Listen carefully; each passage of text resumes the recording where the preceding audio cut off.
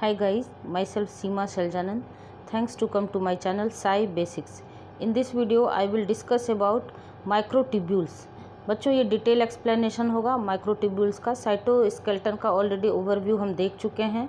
ये हमारा BSc first year first paper unit 2 start हो चुका है। यूनिट 1 में ऑलरेडी 19 वीडियोज़ अपलोड हो चुके हैं। एक वीडियोज़ और आएगा उसमें जो लाइसोसोम और वैक्यूल्स का होगा। एक बार फिर से मैं सिलेबस के अकॉर्डिंग चलूँगी। यहाँ देखिए ये वाला पोर्शन हमारा डील हो चुका है साइटोस्केलेटन वाला।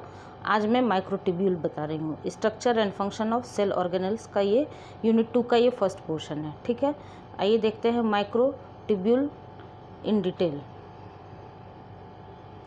जैसा कि मैंने पहले ही बताया है बच्चों, नाम में ही उसका काम छिपा होता है। माइक्रो मीन्स छोटा, tubule means tube like arrangement. तो माइक्रोट्यूब्यूल्स कैसा अरेंजमेंट होता है देखिए। हॉलो सिलिंड्रिकल स्ट्रक्चर होता है, ये अंदर से हॉलो होता है और सिलिंड्रिकल, सिलेंडर का शेप तो आपने देखा होगा तो इसलिए वहाँ से आया ये वर्ड सिलिंड्रिकल स्ट्रक्चर होता है। डायमीटर 25 नैनोमीटर होता है। Present in all eukaryotic cells, जितने भी यूकैरियोट्स है उसमें ये प्रेजेंट होता है।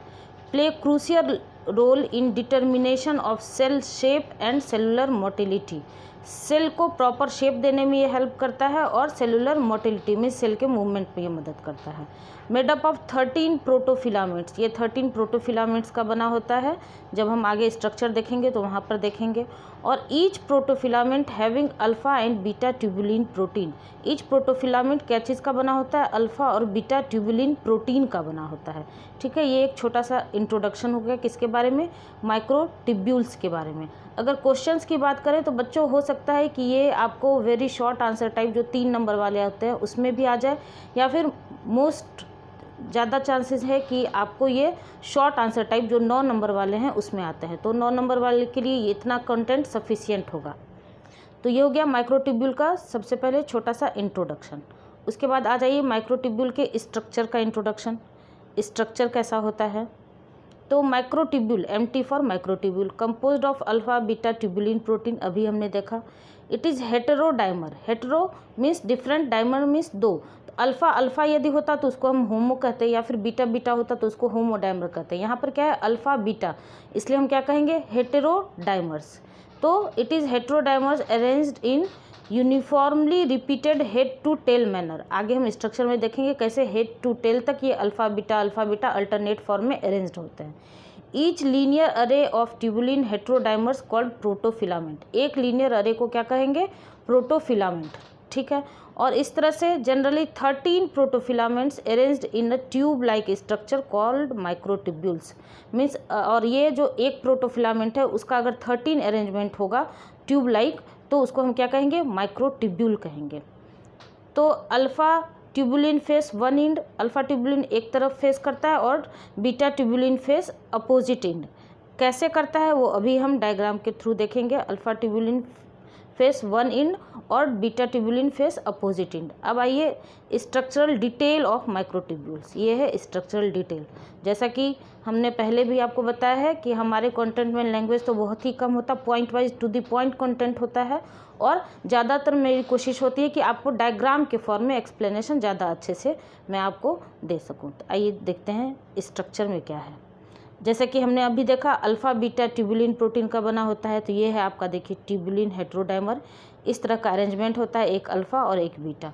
ये जब पॉलीमराइज करता है, पॉलीमराइजेशन होता है, तो यहाँ देखिए बीटा अल्फ़ा इस तरह से अरेंज्ड है अल्टरनेट वे में। एक ये यहाँ से लेके यहाँ तक एक लीनियर अरे है एक, और इस तरह से अगर 11 to 15 जनरली 13 होता है, तो कहीं कहीं आपको 11 भी दिखेगा, कहीं कहीं आपको 14 भी दिखेगा। तो 11 to 15 अरेंजमेंट अगर होता है तो इस तरह का ये ट्यूब लाइक अरेंजमेंट बना देता है, और इसी को हम क्या कहते हैं? माइक्रोट्यूब्यूल कहते हैं। और ये जो एक लीनियर अरे का अरेंजमेंट है इसको क्या कहेंगे? प्रोटोफिलामेंट। ठीक है, अब इसमें प्रोटोफिलामेंट में यहाँ देखिए जो ऊपर अगर बीटा वाला पोर्शन है जहाँ पर, उसको कहते हैं पॉजिटिव एंड, बी से बीटा और पी से पॉजिटिव एंड, ये फास्ट ग्रोइंग रीजन होता है। और नीचे माइनस एंड अल्फ़ा है देखिए, और ये है स्लो ग्रोइंग रीजन। बस बिल्कुल यही सिंपल सा स्ट्रक्चर डिटेल है किसका? माइक्रोट्यूब्यूल का। और अगर इस ट्यूब को अगर हम कट कर दें, मान लीजिए यहाँ से देखिए मैं बता रही हूँ। यहाँ से अगर कट करते हैं तो ये ल्यूमेन अंदर से हॉलो होता है, अभी हमने देखा ये ल्यूमेन का इस फॉर्म ले लेता है। यहाँ देखिए इस तरह से ल्यूमेन, यहाँ देखिए 1 2 3 4 5 6 7 8 9 10 11 12 13, ये 13 अरेंजमेंट है पूरा ल्यूमेन का, तो इसीलिए कहते हैं 13 प्रोटोफिलामेंट का ये बना होता है। ये हो गया स्ट्रक्चरल डिटेल ऑफ माइक्रोट्यूब्यूल। अब आते हैं हम फंक्शंस पे। फंक्शंस को भी मैंने ज़्यादातर कोशिश की है कि डायग्राम के फॉर्म में ही आपको समझाऊं, ताकि आपके दिमाग में अच्छे से इमेजिनेशन डेवलप हो सके कि एक्चुअल में क्या फंक्शन होता है। सबसे इम्पॉर्टेंट और मेन फंक्शन होता है स्पिंडल फाइबर का फॉर्मेशन। स्पिंडल फाइबर का फॉर्मेशन कब होता है? जब सेल हमारा डिवाइड करता है, ठीक है। स्पिंडल फाइबर फॉर्मेशन में माइक्रोट्यूब्यूल हेल्प करता है। ये देखिए यहाँ से आपको दिख रहा होगा, यहाँ ये स्पिंडल फाइबर बन रहा है, ये वाला पोर्शन, ये वाला पोर्शन। तो ये स्पिंडल फाइबर क्या चीज़ का बना होता है? ट्यूबुलिन प्रोटीन का बना होता है। और ये आपको दिख रहा है किससे ये अटैच्ड होता है? ये वाला पोर्शन एनिमल सेल में होता है सेंट्रियोल का। अभी हम सेंट्रियोल का भी डिटेल देखेंगे। तो ये जो स्पिंडल फाइबर का फॉर्मेशन होता है वो ये कौन करवाता है आपको? माइक्रोट्यूब्यूल करवाता है। Chromosome arranged on metaphasic plate, metaphase में देखिए क्रोमोजोम आपको अरेंज्ड है। और जब एनाफेज में क्रोमोजोम का सेपरेशन होता है, यहाँ देखिए 2 क्रोमेटिड इधर, 2 क्रोमेटिड इधर। जब क्रोमोजोम टूटता है तो 2 क्रोमेटिड बनाता है। तो ये जो सेपरेशन होता है एनाफेजिक मूवमेंट ऑफ क्रोमोजोम, ये भी आपको माइक्रोट्यूब्यूल ही करवाता है। एनाफेजिक मूवमेंट ऑफ क्रोमोजोम का काम भी कौन करता है? माइक्रोट्यूब्यूल ही करवाता है। यहाँ देखिए देख रहे हैं इस तरह से अपोजिट डायरेक्शन में ये जा रहा है, यहाँ ऊपर नीचे। तो माइक्रोट्यूब्यूल का यहाँ मेन फंक्शन था स्पिंडल फाइबर फॉर्मेशन और एनाफेजिक मूवमेंट ऑफ क्रोमोजोम, ये दोनों हो गया। बहुत ही सिंपल सा डायग्राम है आपको अच्छे से समझने के लिए। दूसरा प्लांट सेल में, ये तो हो गया एनिमल सेल में, क्योंकि एनिमल सेल में ही आपको सेंट्रियोल पे आ जाता है। ये देखिए ये एनिमल सेल का डायग्राम था। ये है आपका सेल प्लेट का फॉर्मेशन। सेल प्लेट का फॉर्मेशन कहाँ हम देखते हैं? प्लांट सेल में। ये देखिए यहाँ से आपको दिख रहा है ये प्लांट सेल है और ये 2 न्यूक्लियस बन रहा है। यहाँ से न्यूक्लियस के अंदर सारे मटेरियल हैं। ये देखिए ये एक न्यूक्लियस, ये दूसरा, और यहाँ बीच में आपको कहीं सेल प्लेट का फॉर्मेशन जो होता है उसके लिए कौन रिस्पॉन्सिबल होता है? सेल प्लेट के फॉर्मेशन के लिए ये जो बीच में सेल प्लेट बन रहा है उसके लिए आपको माइक्रोट्यूब्यूल रिस्पॉन्सिबल होता है। ये कब होता है? जब साइटोकाइनेसिस होने लगता है तब, ठीक है। ये भी दूसरा फंक्शन भी बहुत इंपॉर्टेंट फंक्शन है। तीसरा सेंट्रियोल का फॉर्मेशन। सेंट्रियोल क्या होता है? अभी हमने देखा, यहाँ देखिए ये वाला थोड़ा सा मैं और जूम करके आपको बता रही हूँ। ये देखिए ये है आपका एक सेंट्रियोल, एक सेंट्रियोल, और यहीं पर आपको इस तरह से ये 2 सेंट्रियोल आपको दिख रहा है बीच में। अभी हम इसका डिटेल भी देखेंगे। ये परपेंडिकुलर अरेंजमेंट होता है। आइए देखते हैं सेंट्रियोल। ये गोल वाला आपको सेंट्रियोल दिख रहा है, एक सेंट्रियोल है। ये कैसा होता है? Barrel shaped structure. साइकिल में आपने जो साइकिल का पहिया देखते हैं उसी तरह से ये बैरल शेप्ड स्ट्रक्चर होता है। Made up of microtubules. ये क्या चीज़ का बना होता है? माइक्रोट्यूब्यूल्स का। Present in most animal cells, fungi but not in plant cells. Animal cells में भी प्रेजेंट होता है, फंजाई में भी प्रेजेंट होता है, लेकिन प्लांट सेल में ये नहीं होता है सेंट्रियोल का formation. Wall of each centriole composed of 9 triplet microtubule, means 9 + 0 arrangement होता है। यहाँ देखिए ये आपको दिख रहा होगा 1 2 3 4 5 6 7 8 9, ठीक है। Central part of centriole is proteinaceous called hub. ये वाला जो आपको सेंट्रल वाला पोर्शन है इसको क्या कहते हैं? हब कहते हैं। ये सारा अटैच्ड है, इससे दिख रहा है। उसके बाद कनेक्टेड विथ पेरीफेरल ट्रिपलेट्स। यहाँ पर आपको पेरीफेरी पे 3 ट्रिपलेट्स नज़र आ रहे हैं, 1 2 3। जितना भी 9 अरेंजमेंट है सब में 3-3 ट्रिपलेट होता है। तो connected with peripheral triplets bye radial spokes. Cycle के पहिए में स्पोक्स होता है बीच में, वो जो घूमता रहता है, तो रेडियल स्पोक्स लाइक स्ट्रक्चर होता है, made up of protein. In animal cells a pair of centrioles present in microtubule organizing centre. Microtubule organizing centre में आपको ये परपेंडिकुलर अरेंजमेंट होता है किसका? सेंट्रियोल का। तो 2 पेयर में प्रेजेंट होता है। कैसे प्रेजेंट होता है? ये थोड़ा सा इसका भी देख लेते हैं। G1 स्टेज, ये है आपका G1 स्टेज। तो G1 स्टेज में दिख रहा है यहाँ पर ये वाला पोर्शन, 2 सेंट्रियोल है, आपको परपेंडिकुलर अरेंजमेंट है। उसके बाद एस फेज में क्या होता है? डुप्लीकेशन होता है। एस फेज में डबल हो जाता है और इलोंगेशन होता है। ये 2 से 4 आपको दिख रहा है।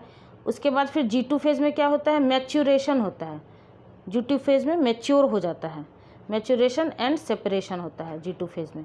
यहाँ 2 यहाँ 2, और ये है आपका नीचे M फेज़ वाला पोर्शन। देखिए इस तरह से ये एनिमल सेल अगर है तो ये अपोजिट डायरेक्शन में, ये दोनों, ये सेंट्रियोल इधर और ये सेंट्रियोल इधर अरेंज्ड होते हैं। यहीं से आपको स्पिंडल फाइबर का फॉर्मेशन होता है, ये दिख रहा है ये। और इसी स्पिंडल फाइबर पे कौन प्रेजेंट होता है, हमारा क्रोमोसोम अरेंज्ड होता है। तो ये आपको सेंट्रियोल का फॉर्मेशन में भी हेल्प करता है। कौन, माइक्रोट्यूब्यूल। ये 3 तो बहुत ही इंपॉर्टेंट फंक्शन है। एक सिलिया और फ्लैजिला भी आता है बच्चों, उसको अगर मैं डायग्राम के हेल्प से एक्सप्लेन यहाँ अगर करूँगी तो बहुत ही ज़्यादा बड़ा कंटेंट हो जाएगा। अगर आपको अलग से सिलिया फ्लैजिला का फॉर्मेशन चाहिए तो आप मुझे कमेंट सेक्शन में बता दीजिएगा, तो मैं अलग से इसी के साथ ऐड कर दूँगी, ठीक है।